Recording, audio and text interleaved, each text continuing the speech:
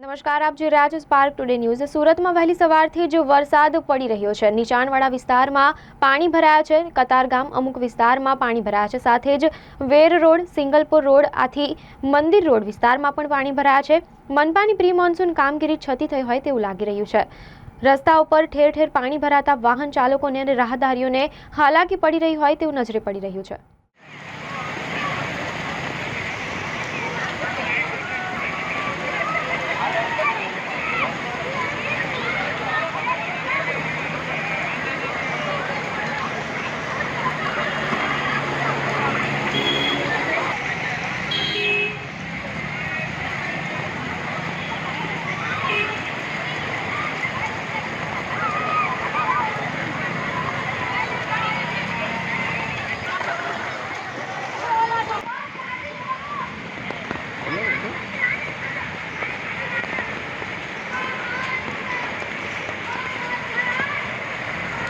ગાડી આ બાજુ લેવી પડશે